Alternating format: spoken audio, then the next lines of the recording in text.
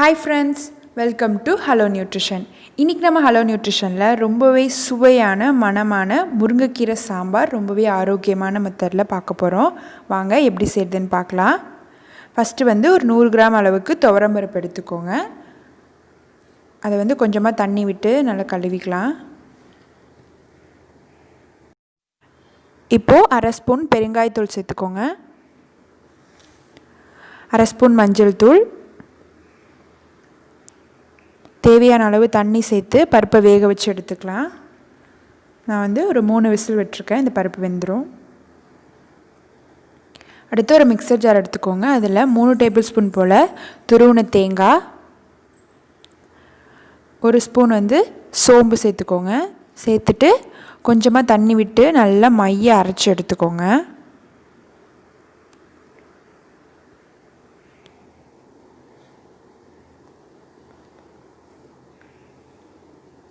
இப்போது பருப்பு நல்லா வெந்துருச்சு. விசில் எடுத்துட்டு ஓப்பன் பண்ணி பார்க்கலாம்.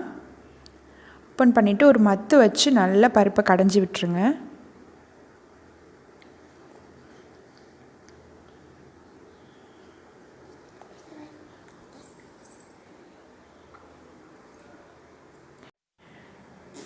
இப்போது இதில் நான் குழம்பு மிளகாய்த்தூள் 2 ஸ்பூன் சேர்க்க போகிறேன். நீங்கள் தனித்தனியாக அரைச்சி சேர்க்குற மாதிரி இருந்தால் 1 ஸ்பூன் மிளகாய்த்தூள், 1 ஸ்பூன் மல்லித்தூள் சேர்த்துக்கோங்க. கரெக்டாக இருக்கும். இப்போது இதை நல்லா கலரி விட்டுருங்க. ஒரு பேன் எடுத்துக்கோங்க. பேன் நல்லா சூடானதுக்கப்புறமா நல்லெண்ணெய் 2 ஸ்பூன் சேர்த்துக்கோங்க. எண்ணெய் காஞ்சதுக்கப்புறமா அரை ஸ்பூன் ஜீரகம், ஒரு பெரிய வெங்காயம் நறுக்குனது, 10 சின்ன வெங்காயம், 4 பூண்டு, 2 பச்சை மிளகாய் எல்லாத்தையும் சேர்த்து நல்லா வதக்கிக்கோங்க. இப்போது ஒரு தக்காளி, அதையும் சேர்த்து நல்லா கலரி விட்டுக்கோங்க. இப்போது தக்காளி நல்லா வதங்கிருச்சு. இப்போ நல்லா மிக்ஸ் ஆகிற மாதிரி கலரி விட்டுக்கோங்க. அப்புறமா பருப்பு, நம்ம கடைஞ்சி வச்ச பருப்பில் தேவையான அளவு தண்ணி சேர்த்து இதோடு சேர்த்துக்கோங்க. சேர்த்துட்டு நல்லா கலந்துருங்க.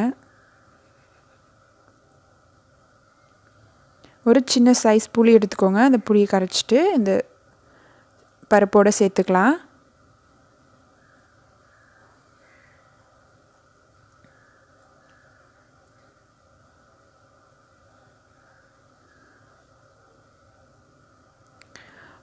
ஒரு 3 மினிட்ஸ் அப்படியே குக் பண்ணிங்கன்னா இது மாதிரி நல்லா நுரைச்சி வரும்.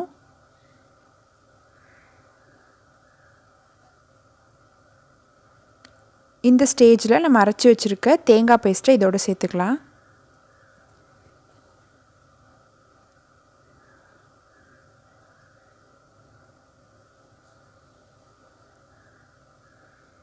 சேர்த்துட்டு நல்லா கலரி விட்டுருங்க.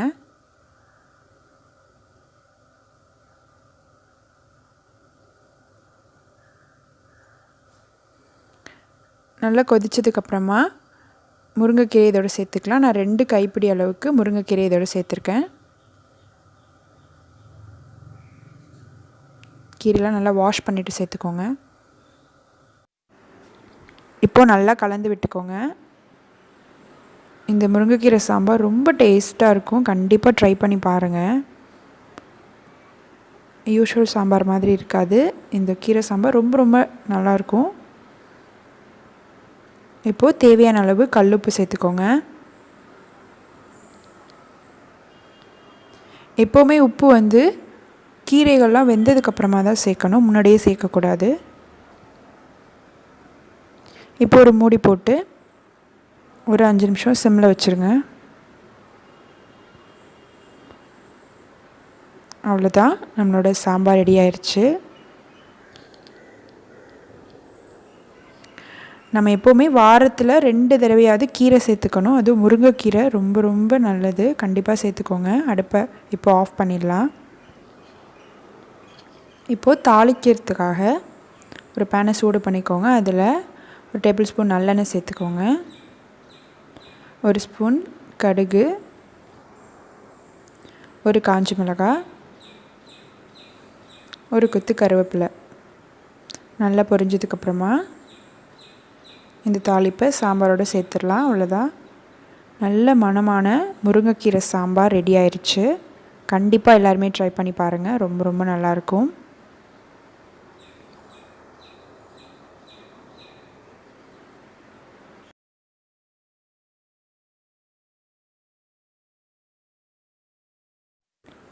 நன்றி.